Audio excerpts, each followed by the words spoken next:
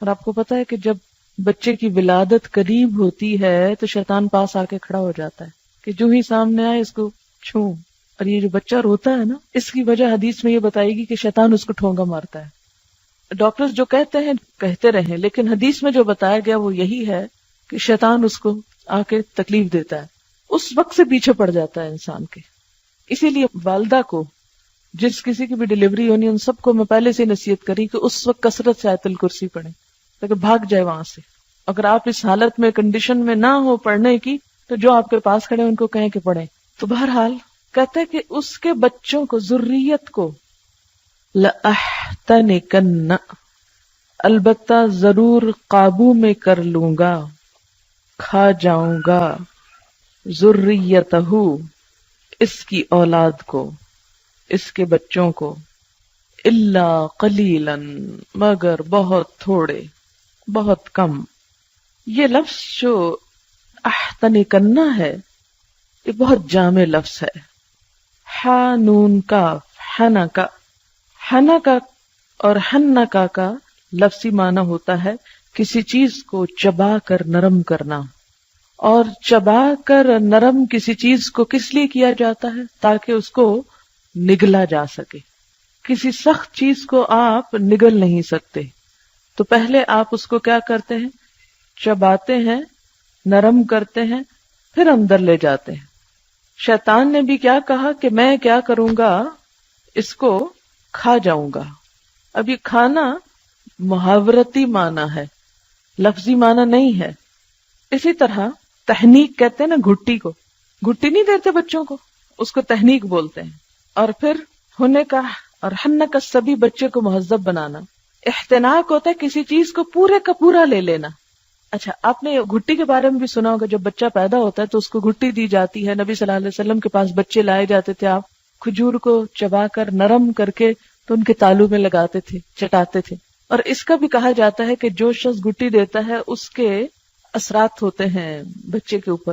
ہوتا یہ کہ بچہ بالکل ایک ان ٹچ نئی چیز ہوتا ہے نا، تو جو پہلے ہاتھ اس کو لگتے ہیں، جو اس کے زبان کے اندر یا جسم کے اندر انسان کے انگوٹھے سے یا انگلی سے جو ریز جاتی ہیں وہ اس کی شخصیت پہ اثر انداز ہوتی ہیں.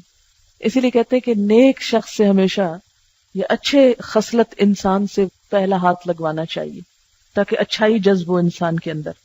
تو اس نے کیا کہا شیطان نے کہ میں اس کو گھٹی دے دوں گا، پیدا ہوتے ہی اپنے ہاتھ لگا دوں گا.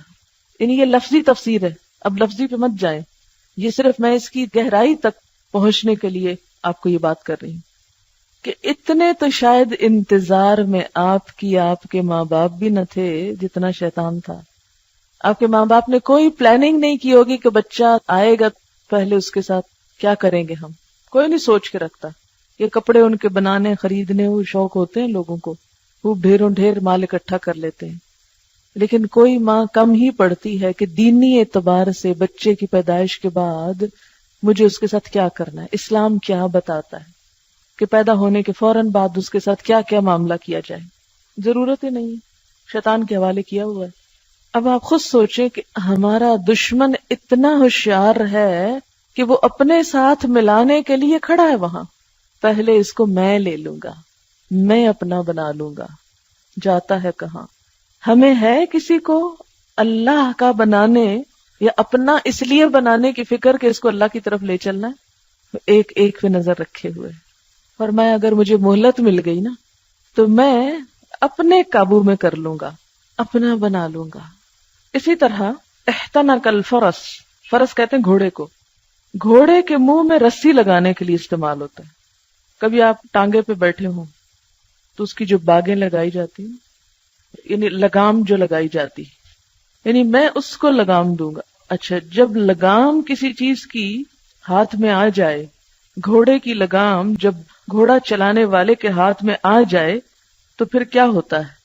وہ اس کو پوری طرح اپنے قابو میں کر لیتا ہے، پوری طرح اپنے قبضے میں کر لیتا ہے.